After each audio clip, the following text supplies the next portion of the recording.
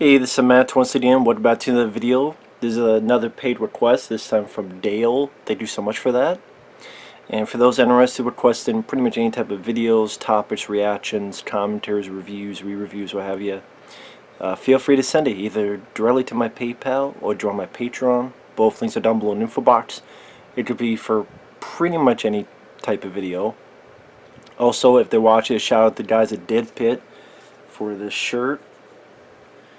Make the mellow yellow move with the ramble raft smooth, so to speak. But this time I'm talking about Samaritan, the new Sylvester Stallone film that came out recently on Amazon Prime. Now, at the end of the day, to get to the point, I was not a fan of the film.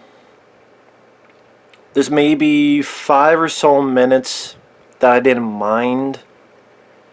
It's not this worst of the worst epic rant type of thing. I wouldn't put on my worst of the worst list. I mean, I'll watch it over Thor Love and Thunder. I'll watch over Doctor Strange 2. I'll watch it over Prey. And compared to Stallone's recent work, it's better than Bat Trace. It's better than the Escape Plan trilogy. It's better than Expendables 3. But at the end of the day, I would probably put Rant on the tout because I can't say I was a fan of the film. I can't. I'd be lying. Because I felt this film was generic, bland, kind of boring. It's about an hour and 40-some minutes. The kid character, who I swear at times feels like he has more screen time than Stallone, I did not care for the character. I found him a bit annoying. I found him a bit whiny or a bit too with his hero worship. And the villain is pretty generic. I didn't mind the actor, but the villain, I didn't. And it's like the movie. It's an in one ear, out the other. You're not going to remember anything 2 weeks later type of thing. And that's the problem with Samaritan. It reminds me of 4 or 5 other films combined together, and for the most part, I'd rather watch them than this one.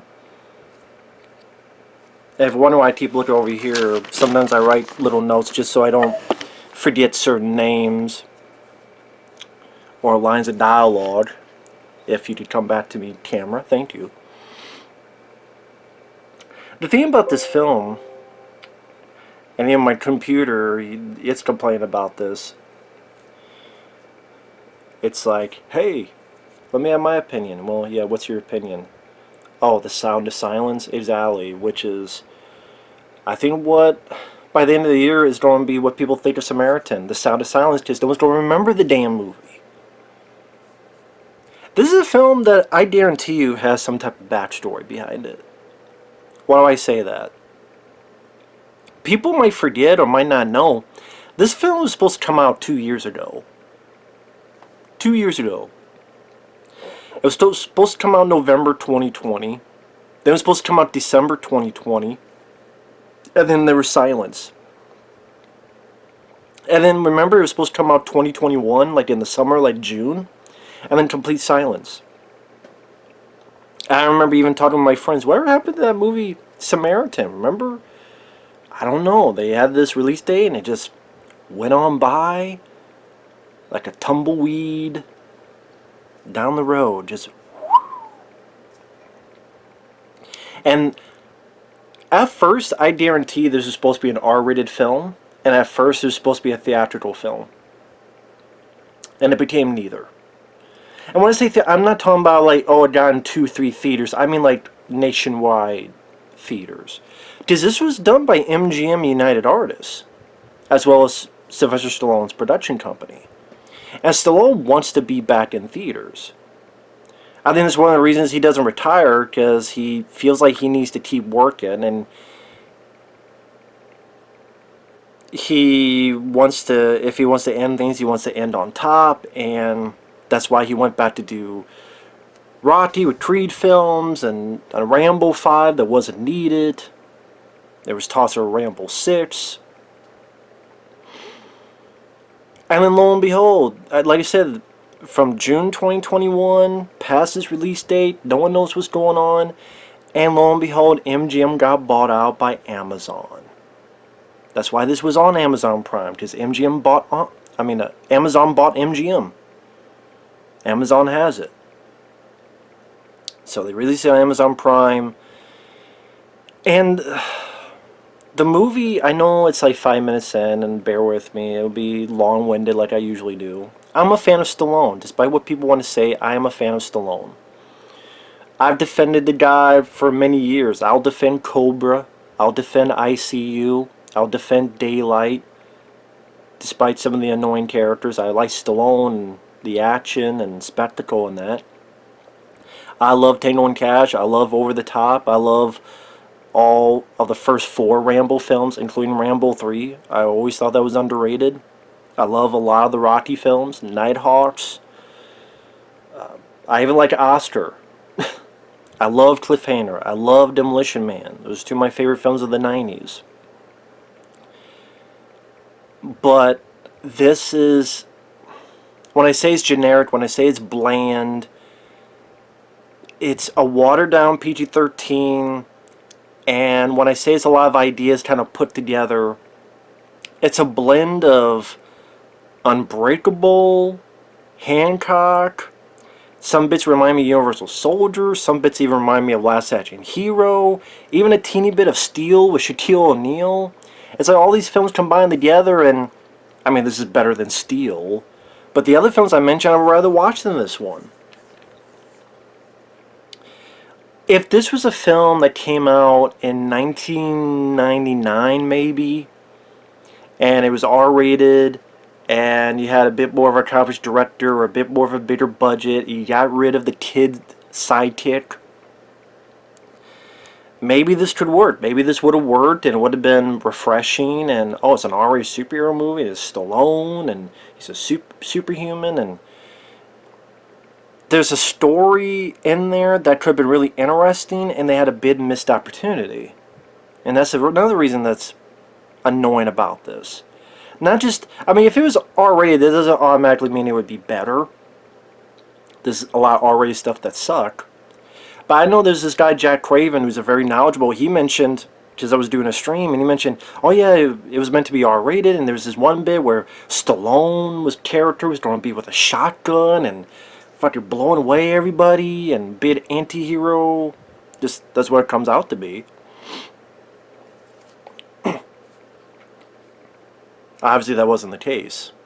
And the director had done Overlord, which had Kurt Russell's son in it. It was World War II with the zombie thing, and Call of Duty Zombies. I like Overlord. I thought that was a pretty decent movie. And that's what I mean. I guarantee it was supposed to be in theaters. I bet the first idea was to be R-rated. What all changed? And MGM get bought out by Amazon, and no one said to put this in theaters. Like I said, there has to be some backstory behind this. And as much as I love Stallone, I know recently he's getting divorced. I've heard different reasons. One reason I heard was that the wife wanted him to retire, and he didn't want to. I don't know if that's the main reason. I don't know if there's other reasons. If that's one of the reasons, I'm like, she's got a point, Sly. Because you look at these action heroes, the guy who kind of understood the best was Chuck Norris. What do I mean by that? The guy did a lot of years of Walter, Texas Ranger. Got his money. TV show popular worldwide. Did, a handful of movies like The Cutter, and then said, I'm done. Other than the cameo on Dodgeball or Expendables 2, he's like, I'm done. Let me enjoy my retirement. Let me enjoy these years, relax, sit back, and there you go. Other than the fact I wish Chuck Norris would do interviews about his movies, like Chuck Norris had the right idea. He said, you know what? It's time. Walk away on your own. Don't let people drag you off the stage. Leave the limelight on your own terms. You walk out, not be dragged out. But sadly, a lot of people just, because you can't do as much as you can back in the day. And if that's the case, then you really gotta go for really interesting projects. And that's why, people go, what do you want from Stallone? I want him to do more interesting projects. I mean, whether it's to go for the Bane, the big Bane. I mean, Brad Pitt did that film Bullet Train. That was a fun movie. And some of this other stuff. Or if you can't do that, then like Nicolas Cage, look at his movies. Like, can you imagine if Stallone said, you know what? Instead of Nicolas Cage taking these movies, if Stallone had done Mandy, if Stallone had done Willy's Wonderland, that'd be pretty fun and quirky and different, and okay, that stands out. But a superhero movie, I mean, we have such a gluttony of superhero movies that it just falls through the cracks. We already have a gluttony of superhero movies. We don't need one more. I mean, Stallone's done a comic book movie before, Judge Dredd, and I'm not a fan of that. But to be perfectly honest, I'd rather watch Judge Dredd than this. Because Judge Dredd has better production value, more spectacle, better action scenes. It also has an annoying sidekick, that Rob Schneider. But sorry, I'm still dealing with this cough. Because Stallone in his heyday, he's able to do more physically. And plus you got Armand Assante as the bad guy, who says politics are boring. I'm still not a fan of that. I prefer Carl Urban's Dredd. So I'm not a fan of either Judge Dredd or this, but if you ask me which I would rather watch, I'd rather watch Judge Dredd. And that kind of says a lot. I know, again, I'm 10 minutes in, I haven't gotten to the movie. Like I said, I'm long-winded.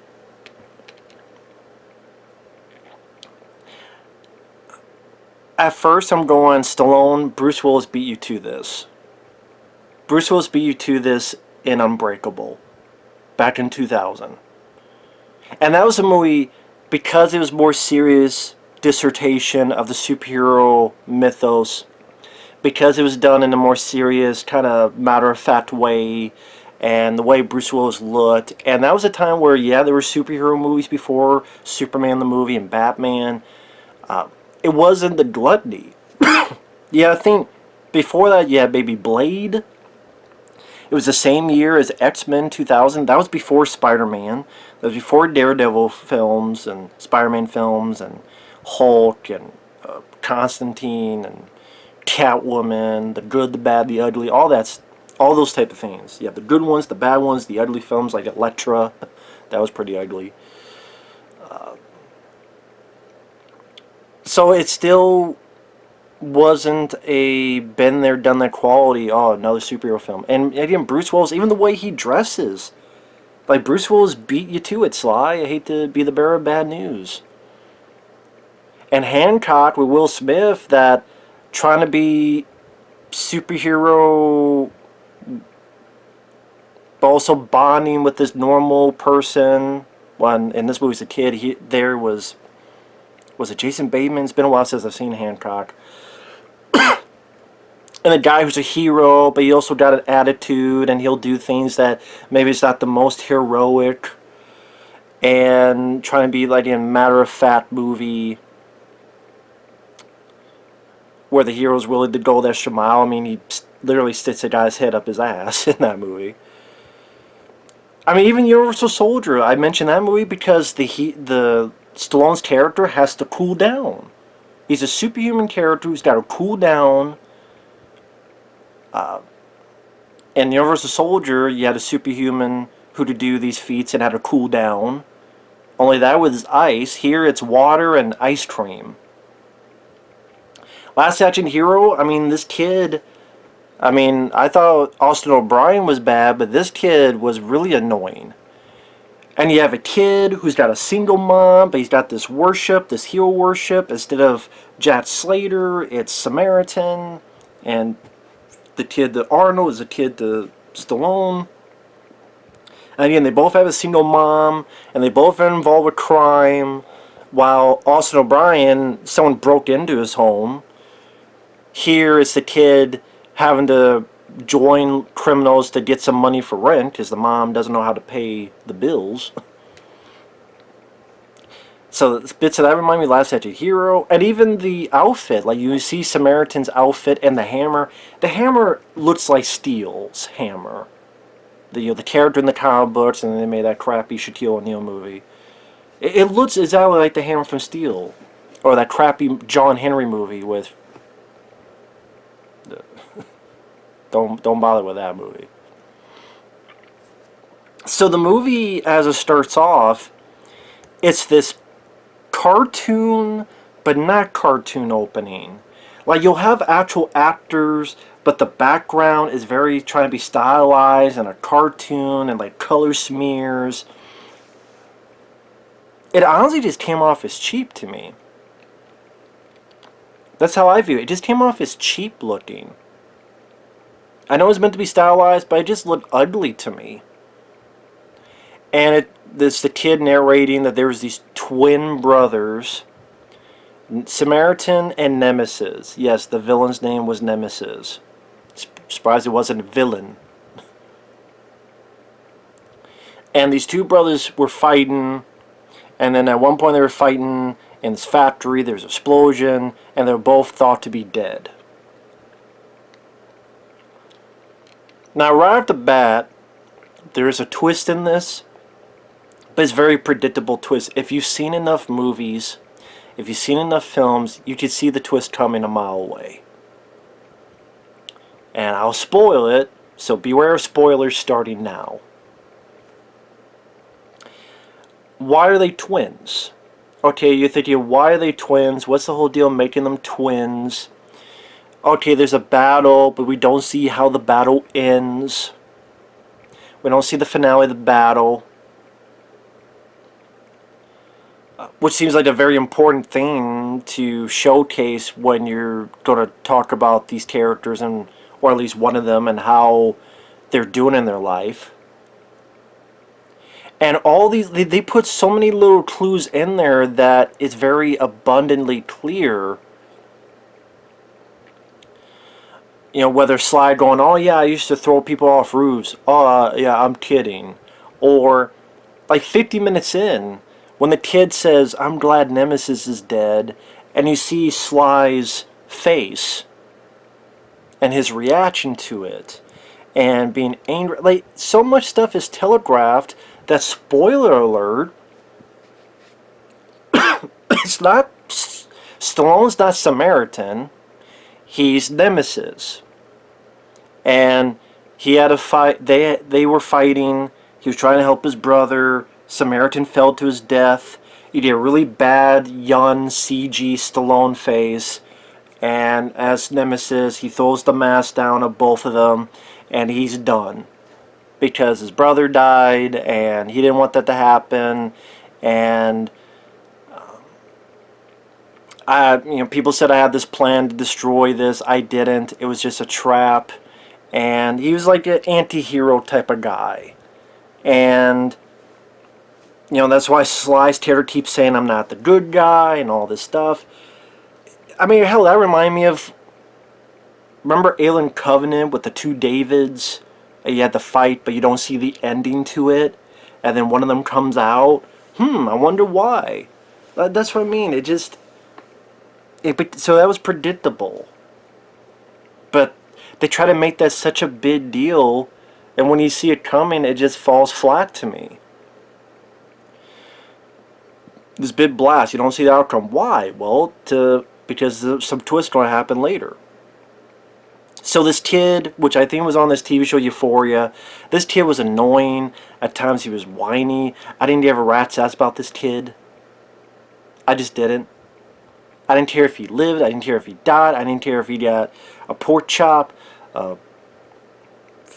pork chop up his ass, or he got a corkscrew up his keister, or he got his titties twisted, or he got dumped in the garbage pail kid's dumpster, or sing Kumbaya fucking Ya with the fish in the seas. I didn't care what happened to this kid. I did. It made me miss Austin O'Brien from Last Action Hero. It did.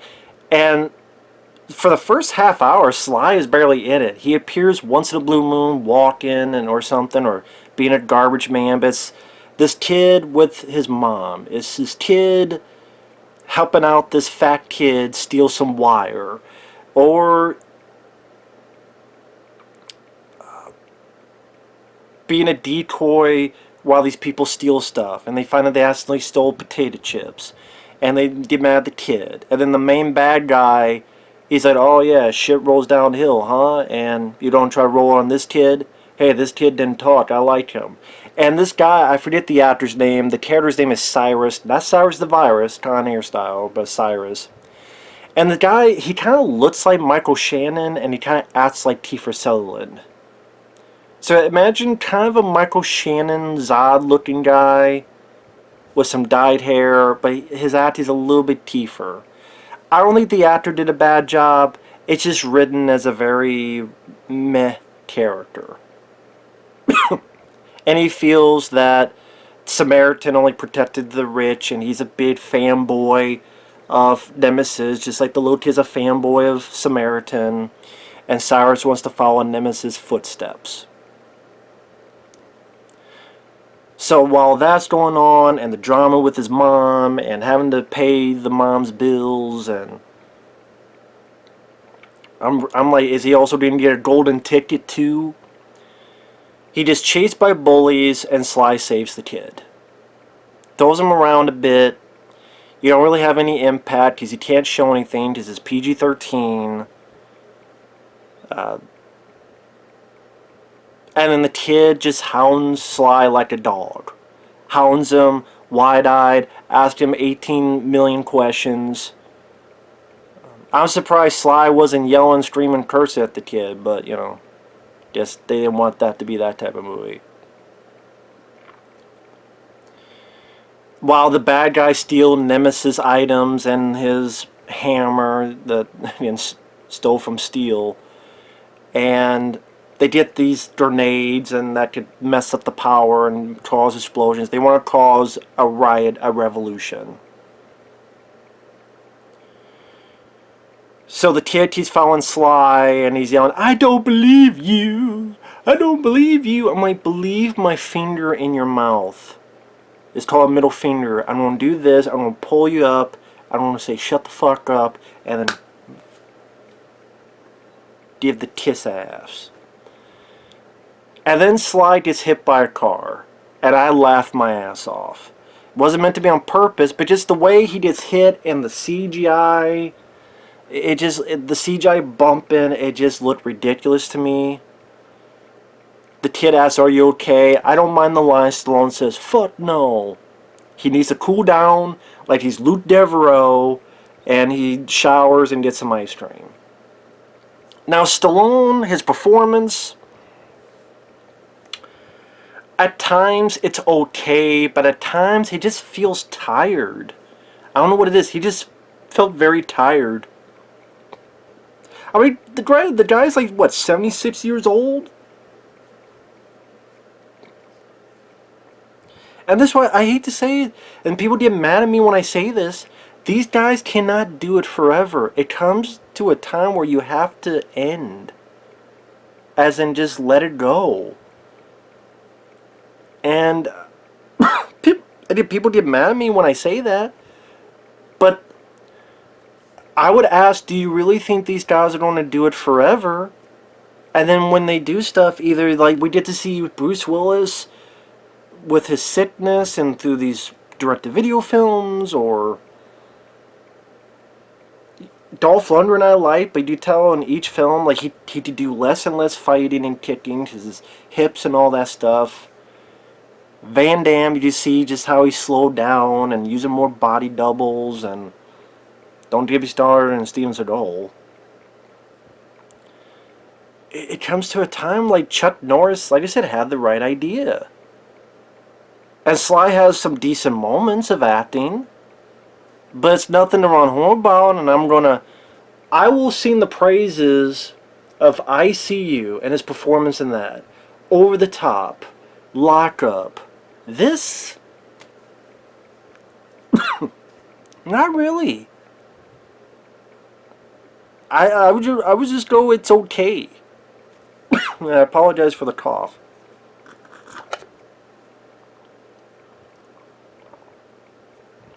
And then the movie's the kid, which is why does this need a kid sidekick?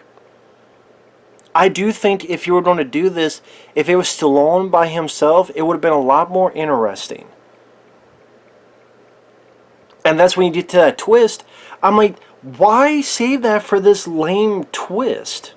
When I say lame, as in, here's the twist, and then nothing's done with it, just get an action scene or two, and then the movie's over. This twist should have been at the beginning of the film. If you don't have these as twins, you start off where Samaritan is fighting Nemesis, and you make people think that Samaritan, and he's going to kill his brother, and he's going to feel bad, and he's going to retire. And then you switch it. And then that's also Stallone, and he feels bad. And then what is it for a person that was living to be a villain or an anti-hero? He looked at himself as an anti-hero, he looked at himself as a hero for the poor, or whatever it is, and his brother died, who was more the Boy Scout, and what that does to a man, and what does that do to someone who's looking around and seeing how things get worse, and I'm not the, good, people have good and bad in them, and what does that do to your psyche? What does that do to your character? What does that do to your lifestyle? It could be a redemption tale. Where Sly can do underdog and he can do redemption. Look at Cliffhanger. You watch the beginning of the film, you think, okay, here's something to get our adrenaline pumping. He's Stallone, he's going to save the girl. Well, nope. Twist it around. She dies. Great way to open the film. And then Sly has his redemption of he doesn't want to climb anymore, but he's got to do it now to rescue Michael Rooker. He couldn't save the girl, but he could save his friend. And exhilarating action, spectacle, and a budget and R rating to back it up. That could have been the formula here. And again, the kid offers nothing of note in a positive manner. What it did make me want to do, it made me want to go back and rewatch Last Action Hero, because I think that's an underrated film. And that's a film much more fun and much more entertaining than this movie. He's literally one of the worst parts to me. Because again, he's the big centerpiece in the first 30-some minutes, and then Sly, like, the first 2/3, he gets a couple little action scenes. Like, the thud, the bullies, he, like, throws some of them. He gets a guy with a knife. And he doesn't stab the guy. It looks like he's about ready to stab him, but he changes his mind. Because the guy's not hurt after that. He just crushed the knife.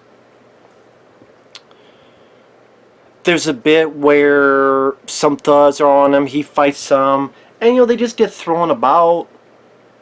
He hits a guy, he falls. He hits that, he falls. He throws a guy, he goes through something.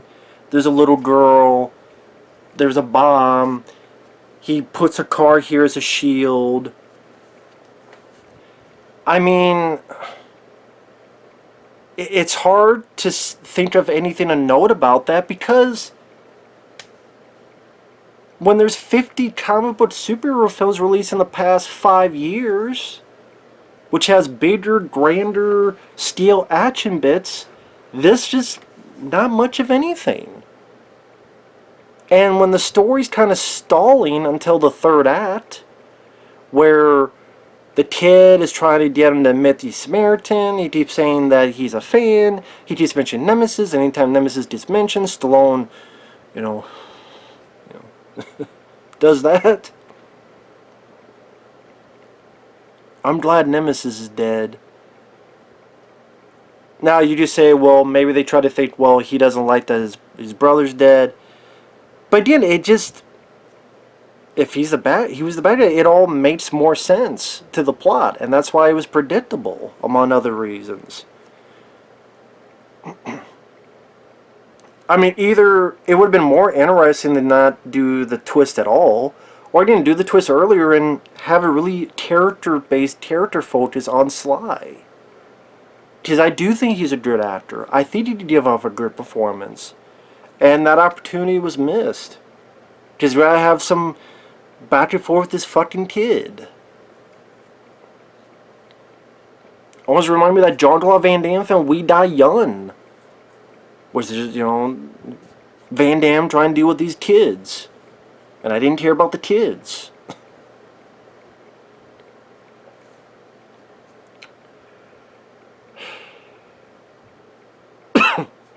And that gets into the third act where Stallone gets in a garbage truck. He drives in. The bad guys have the kid. Now, there's about 5-10 minutes where the action, granted, it's hurt by being PG-13 diluted.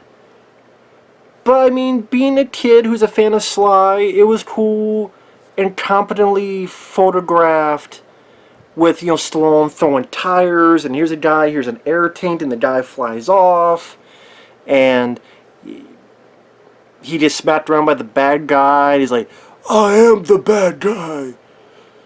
And he's killing them, but again, you can't really see much. He, like, hulks out, smashing this pillar, so all the rubble falls on them. But there's also a lot of CGI amongst this sequence and finale. A lot of CGI. The rubble, of course, is CGI. It gets on fire. All the fire is CGI. Now, there's some decent momentum with Stallone, like his terror smashing through walls. That was a nice little cool moment. Him using the hammer, and he takes a guy, throws him through like a window. He takes a guy's grenade and jams into the stomach. Again, you can't really see much of it because it looked like it was edited for TV. That's why sometimes it comes off as edited for television. And then Stallone says, have a blast. As he walks out the guy, you see the explosion behind him. And a little bit of that reminds you a little bit of the older type of movies. But again, with all the CGI and the almost edited for TV feel, it just was left empty for me. And then, because he's overheating, the bad guy's getting the drop on him. The kid helps. Stallone grabs the hammer, ties him up, throws him down into CGI land, Fireland. Stallone gives a little speech about how there's good and bad in all people, just which one you choose. He walks off. The kid, to inspire hope, says Samaritan saved him. Stallone smiles and he walks away. The end. And I'm sorry this review is so long. I didn't mean for it to go so long, but oh well. I like going into trying to go deeper discussions. But it just...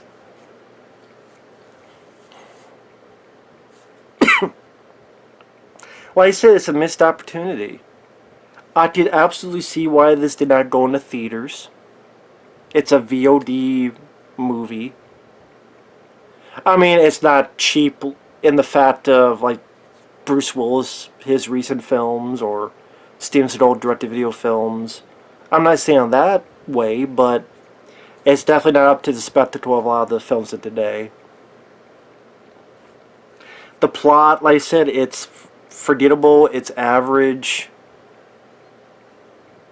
it's generic. It's a very generic film with a kid psyche I didn't care about, a predictable twist. Like I said, just remind me of 5-6 films, and there's nothing really that different, unique, original. There's maybe a couple fun little moments in the third act, but I'm sorry, like 5 minutes of stuff that doesn't save the whole movie for me. You could nowadays, especially when, hell, you can find that clip on YouTube and watch it, and there's no reason to see the rest of the movie. That's the way I put it. I mean, obviously, if you're a big Stallone fan, you'll give it a watch. Stallone, I'm sure, did it because he wants to be part of the cool club, because it's like Expendables 3. Let's have these new people in, so it could be a bit like Fast and Furious, and have these younger actors, so we could be part of that group, when that wasn't what the Expendables was about. It was about a prelude to the old. Even then, they were kind of screwing up because too much CGI. But I still like the first Expendables, despite its flaws. The And then this is like, well, everyone's doing a superhero movie, so I gotta do a superhero movie. Do superhero movies.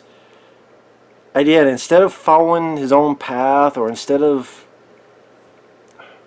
I don't know. But again, that's why I do try to sort of like Nicolas Cage, where he'll take a film like Willy's Wonderland, or The Unbelievable Weight of Massive Talent, or what was it, Mandy, which was directed by George B. Bottle's son, and then George B. Bottle's had maybe or maybe not directed Cobra Rambo 2, because people say Stallone really directed it, and then, oh, but anyway, George B. Bottle's name is on it. But then his son directed Mandy, so that would have been kind of... I wish Sly would, if he's going to pit projects, I wish they'd be more noteworthy, or more unique, or more interesting than a crappy boxing comedy like Grudge Match, or Bat Trace, where he's on set for 3 days, probably got paid $3 million for 3 days. Or, I mean, the best thing he's done is Teen Shark in the Suicide Squad movie. Or that bit role in Guardians of the Galaxy Volume 2. Both with James Gunn. There you go. Like, do a creature feature, do a horror movie, do a really crazy, quirky, like... Hell, I mean, I'd be up for him doing fucking Willy's Wonderland 2, starring Stallone. There you go. I'd watch the fuck out of that movie. But it's just another superhero movie, and with all the other things I said, and this kid annoying sidekick. Like I said, I will forget. That's why I'm talking so much, because I know I'm going to forget about this. As Stallone is my favorite guy back in the day. Love the guy. I'm sorry he's going through a divorce. Wish him the best. He's not awful in the film. He's okay. At times I just feel very tired. Very tired. Dude, but again, like I say, he's 76 years old. I just hate seeing that, man. And just, when I see these projects, I'm like, let's take 4 of these projects. The money of these 4 projects, put into one really good project. You know? And then what? I'm supposed to look forward to Expendables 4? Why? He wants to continue Rocky because he's fighting for the Rocky rights? Why? So, diluted PG-13, kid's sidekick, generic plot, generic villain. A lot of CGI in the 3rd act. Some bits of fun.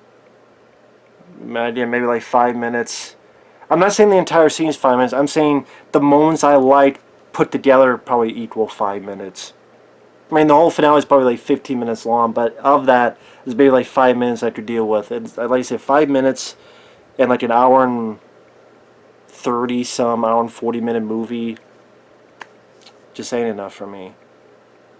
And they could have really delved into Stallone's character, but they couldn't. They had to keep it hidden for this fucking twist. And that's why Stallone's kind of handcuffed. He has a nightmare, or he fixes stuff, but he can't do much to his character because we can't tell too much, we can't delve into much for this twist. The twist happens, and then it wasn't worth it, in my opinion. That twist was not worth it when, on the flip side, you negate a lot of character development, interesting character story that you could have milked and could have delved into. But that was all thrown away with this twist. That just like, it was predictable too. It wasn't even that shocking. So with that said, sorry for the long-winded video, but thanks for watching. Take care. We'll see you guys later. Bye-bye.